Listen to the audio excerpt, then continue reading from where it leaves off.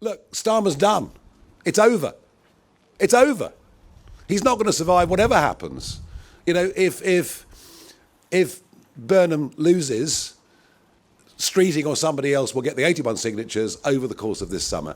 The Starmer premiership is over. I wanted to ask... On the past social media comments, I'm going to say this. You know, these comments were posted a decade ago.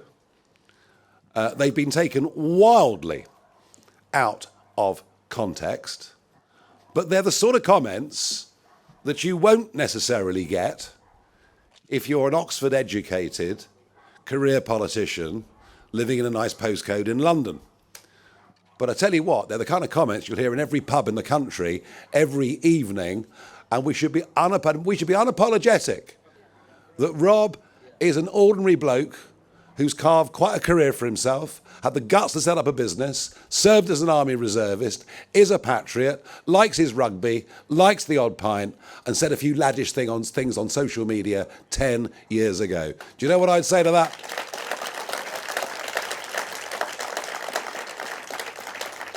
I'd say, so what?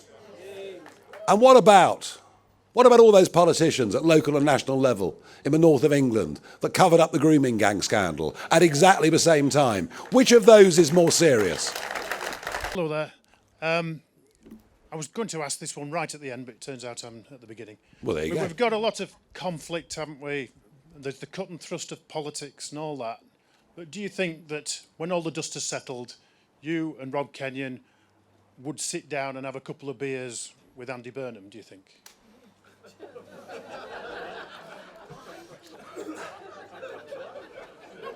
a good question. You clearly haven't studied my reputation.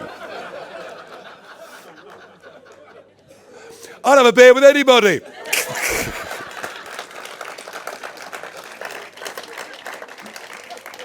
Well, I tell you what, if he were to turn out to be the winner and get his 81 signatures and launch his campaign to become the next Prime Minister, I think Rob and I would love to sit down with him, because there are several things we'd want to say to him. And one of the first of those would be, please don't leave behind working people. Do you know, one of the doorstep conversations this morning, bloke answered the door. He said, I run a small business. My alarm goes off at 5:30 every morning. I feel that everything's against me. I feel completely put upon. He said, so much so that I ask myself some mornings at 5:30, why the hell am I even bothering? And I think maybe Mr. Burnham and the other senior figures in the Labour Party don't actually get that, don't understand that. And if we win, we'll invite him to the victory party. Okay, so there you go.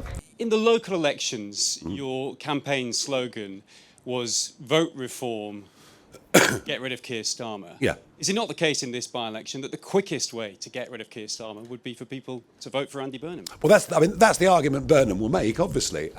Look, Starmer's done. It's over. It's over. He's not going to survive whatever happens. You know, if Burnham loses, Streeting or somebody else will get the 81 signatures over the course of this summer. The Starmer premiership is over. I wanted to ask you, Reform lost the Gorton and Denton by-election earlier this year. If the party loses next week, are you concerned that it might be losing momentum? And can I ask for your up-to-date views on voter reform? You said last year that there's a point at which first past the post turns from being an enemy to a friend. Do you back the current system, or would you like to introduce proportional representation, and which voting model? Thank you. Gorton and Denton, I'm absolutely convinced we won Gorton and Denton amongst British-born people. Absolutely convinced. And I have to say, whilst Commonwealth voting might have worked in decades gone by, it doesn't work in an age of mass migration. So there were people in Gorton and Denton who came to Britain, were living in the Gorton area, who came as part of the Boris wave, who couldn't speak English, but still had a vote in that by-election. Are we losing momentum? It is not a pantomime, but go on. Oh, they're all behind me, don't worry. Have you seen the opinion polls? Today, more in common, 30%, 10-point lead. Every opinion poll, even YouGov, every opinion poll over the course of the last month has us up, going up, consistently up, and leads of 9 or 10 points over the other parties. But it's interesting that you ask about reform of voting in this country, which of course leads us directly on to Gorton and Denton. You know, an independent body, made up predominantly of Liberal Democrats, but an independent body said they had witnessed in 58% of polling stations in Gorton and Denton a practice known as family voting. Well, we outlawed all of this in the 1850s.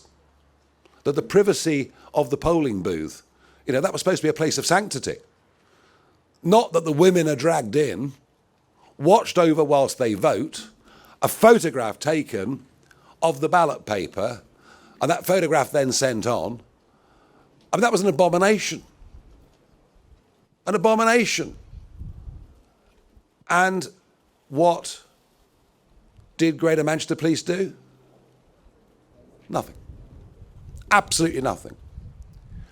And if you think that's bad, just think of the levels of fraud and intimidation that go on with postal voting.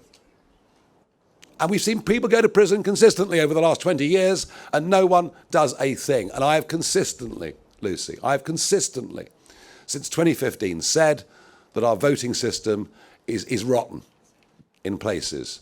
So I'm quite prepared to think about changing the House of Lords, quite prepared to think about whether an AV plus model that gave representation to small voices would be the right way forward. I'm open to all of that.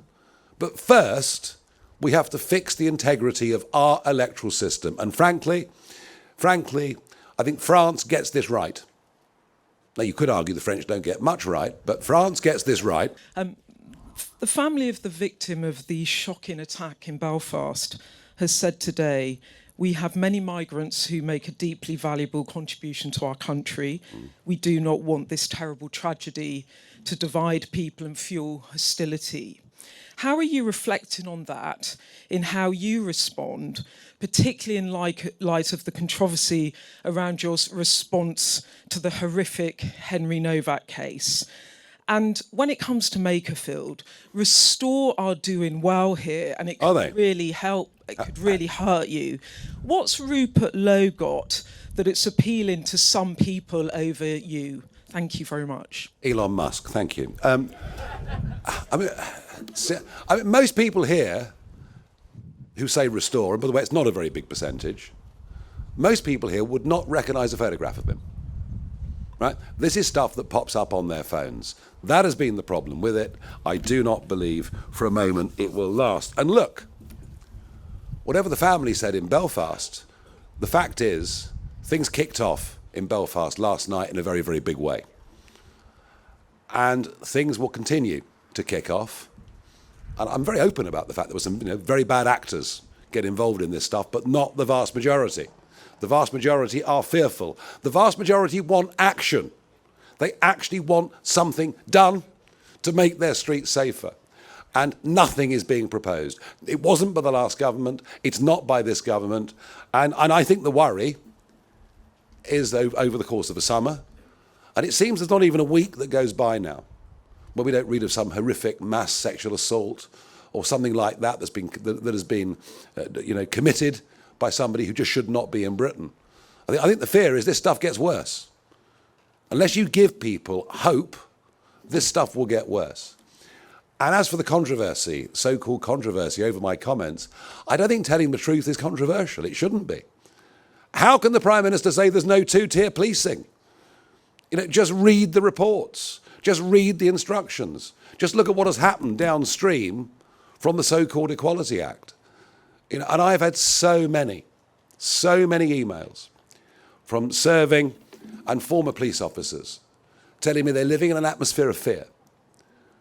Because, what happened in Southampton, of course, was that the murderer's brother rang the police and said there'd been a racist attack. And so the police went there with that uppermost in their minds. And had there been a complaint against the police that an accusation of racism had not been taken seriously, they'd probably be suspended on the spot. It's almost the biggest fear of police officers now, is this is what you get accused of. And you police to that. And you're actually instructed not to police everybody the same, to police different racial groups differently. Well, I'm really sorry. If Westminster is blinded to the sheer stupidity and division that this is causing, then I can't do much about it. What I can do is make the argument that I genuinely believe is supported by the vast majority of common sense, decent, law-abiding people in this country. We've got to wake up to this, and you know what? We will. Thank you very much, everybody.